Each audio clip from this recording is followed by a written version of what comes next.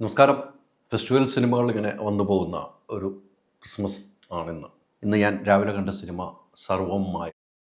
മൊത്തം സർവം മായമാണ് ആ സിനിമ. സത്യനന്ദിക്കാടിൻ്റെ സ്കൂൾ അല്ലേ, സത്യനന്ദിക്കാടിൻ്റെ സ്കൂളിൽ നിന്നും ബെസ്റ്റ് സ്റ്റുഡൻറ്റ് ആരെന്ന് ചോദിച്ചാൽ ഇപ്പോൾ ഈ സിനിമ കണ്ടു കഴിയുമ്പോൾ ഒറ്റ വാക്കി പറയും അഖിൽ സത്യനാണ് ഇതിൻ്റെ സംവിധായകൻ.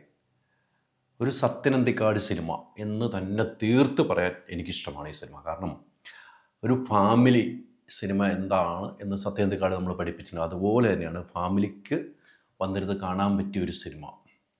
ആ സിനിമ ഇന്ന് തിയേറ്ററിൽ ചിരി പടർത്തി, അതോടൊപ്പം തന്നെ ചെറിയ നോവുണ്ടാക്കി, നമുക്ക് മനസ്സിൽ ചെറിയ നോവുകൾ ഉണ്ടാക്കി. എല്ലാം കൊണ്ടും ഫീൽ ഗുഡ് സിനിമ എന്ന് ഒറ്റ വാക്കിൽ പറയാൻ കഴിയുന്ന സിനിമയാണ് സർവ്വം മായം.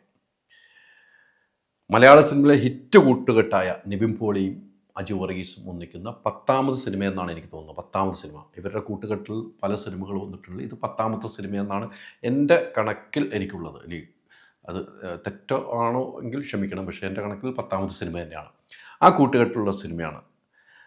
അതിൽ പറഞ്ഞു വയ്ക്കുന്ന ഒരു എന്താണ്, നമ്മളെല്ലാം വിശ്വാസികളാണ്, വിശ്വാസമില്ലാത്തവരുമുണ്ട്. അപ്പോൾ കർമ്മങ്ങൾ ചെയ്യാൻ പോകുന്ന ആളുകളാണ് ഇവർ, അല്ലെ, ബാധ ഒഴിപ്പിക്കൽ, ഇങ്ങനെ എല്ലാ കർമ്മങ്ങളും ചെയ്തു. അവിടെ ഒരു മ്യൂസിഷ്യനായിട്ട് മ്യൂസിക്കുമായി ബന്ധപ്പെട്ടുള്ള ഒരു കഥാപാത്രമായി നിവിൻ പോകുന്നു. പിന്നീട് നിവിൻ എങ്ങനെയാണ് ഇതിലേക്ക് വരുന്നതെന്ന് സിനിമ കണ്ട് തീരുമാനിക്കണം.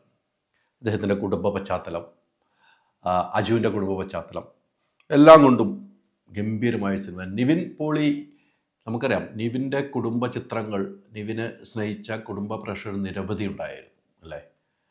എന്നാൽ നിവിന് ഇടക്കാലത്ത് സിനിമകളിൽ അത്തരം ഹിറ്റുകൾ കിട്ടാതെ വന്ന സാഹചര്യമുണ്ട്. പക്ഷേ ആ ഹിറ്റ് സിനിമയുടെ പട്ടികയിൽ ഒന്നാമതായി എഴുതാൻ പറ്റും സർവ്വം മായം എന്ന കാര്യത്തിൽ എനിക്ക് യാതൊരു സംശയമില്ല. ആ ഹിറ്റ് സിനിമകളുടെ പട്ടികയിൽ സർവ്വം മായം ഒന്നാമതായിട്ട് എഴുതാം. നിവിൻ ഗംഭീരമായിട്ട് അഭിനയിച്ചിരിക്കുന്നു. അജു അതിനോടൊപ്പം തന്നെ നിൽക്കുന്നു. പക്ഷേ ഈ സിനിമ തുടങ്ങുമ്പോൾ തന്നെ എൻ്റെ ടൈറ്റിലുകൾ എൻ്റെ വരുന്നത് കഥകൾ പറഞ്ഞു പോയി തന്നെ. തുടക്കം തന്നെ നമ്മൾ പഴയ ഒരു സോങ്ങിലൂടെ തുടങ്ങി. ആ ടൈറ്റിൽ വരുമ്പോൾ അരമണിക്കൂറോളം വരുമ്പോൾ ടൈറ്റിൽ വന്നു പോകുന്നതാണ്. അത്രയും സമയങ്ങൾ എടുത്ത് പോകുമ്പോഴും എന്താ ബ്യൂട്ടി. പിന്നീട് ഈ സത്യനന്ദിക്കാട് സിനിമയുടെ ആ പച്ചപ്പും ഈ കാര്യങ്ങൾ കാണുമ്പോൾ നമ്മൾ ഉള്ളുകൊണ്ട്, സത്യൻ ചേട്ടൻ്റെ സിനിമകൾ കണ്ട് പരിചയമുള്ള നമ്മൾ ഉള്ളുകൊണ്ട് ആ സിനിമയിലേക്ക് അങ്ങ് ചേരുകയാണ്.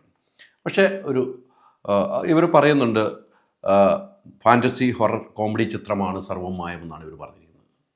കൃത്യമാണ്. ഹൊററുണ്ട്, ഫാൻറ്റസി ഹൊററാണ്, പക്ഷെ കോമഡി ഉണ്ട്, ഇമോഷനുണ്ട്. ഇമോഷൻ വർക്കൗട്ട് ഭയങ്കരമായിട്ട് ഈ സിനിമയിലുണ്ട് കേട്ടോ.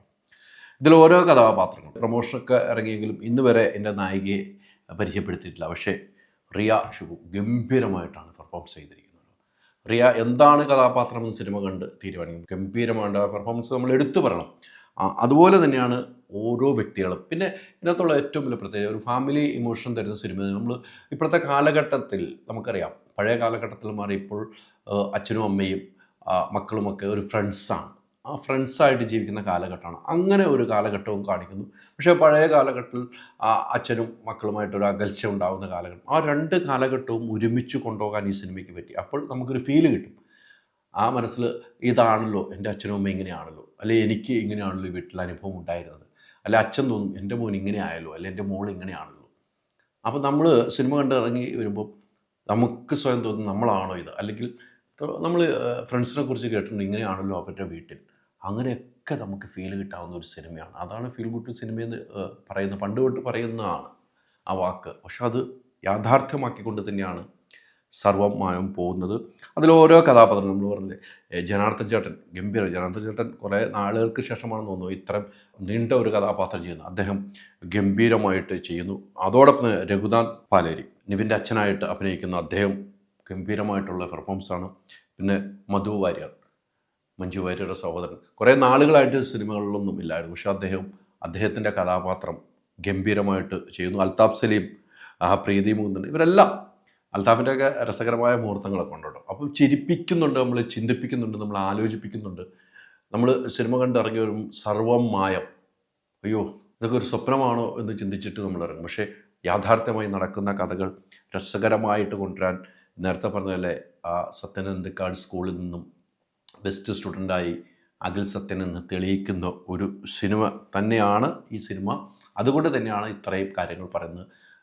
നമുക്ക് ക്ലൈമാക്സ് ഒന്നും നമ്മൾ ഒരിക്കലും പ്രതീക്ഷിക്കാത്ത നിലയിൽ നിന്നൊക്കെ നമ്മൾ ക്ലീഷ അടിക്കേണ്ട കാര്യമൊന്നുമില്ല. പക്ഷേ ആ ക്ലൈമാക്സ് നമ്മൾ പറയുമ്പോഴും ആ ക്ലൈമാക്സ് ഒരു രക്ഷയിലാണ്. ഞാൻ പറഞ്ഞില്ല, പല സ്ഥലങ്ങളിലും നമ്മളെ കണ്ണ് ഒന്ന് ഈർന്നടിയും.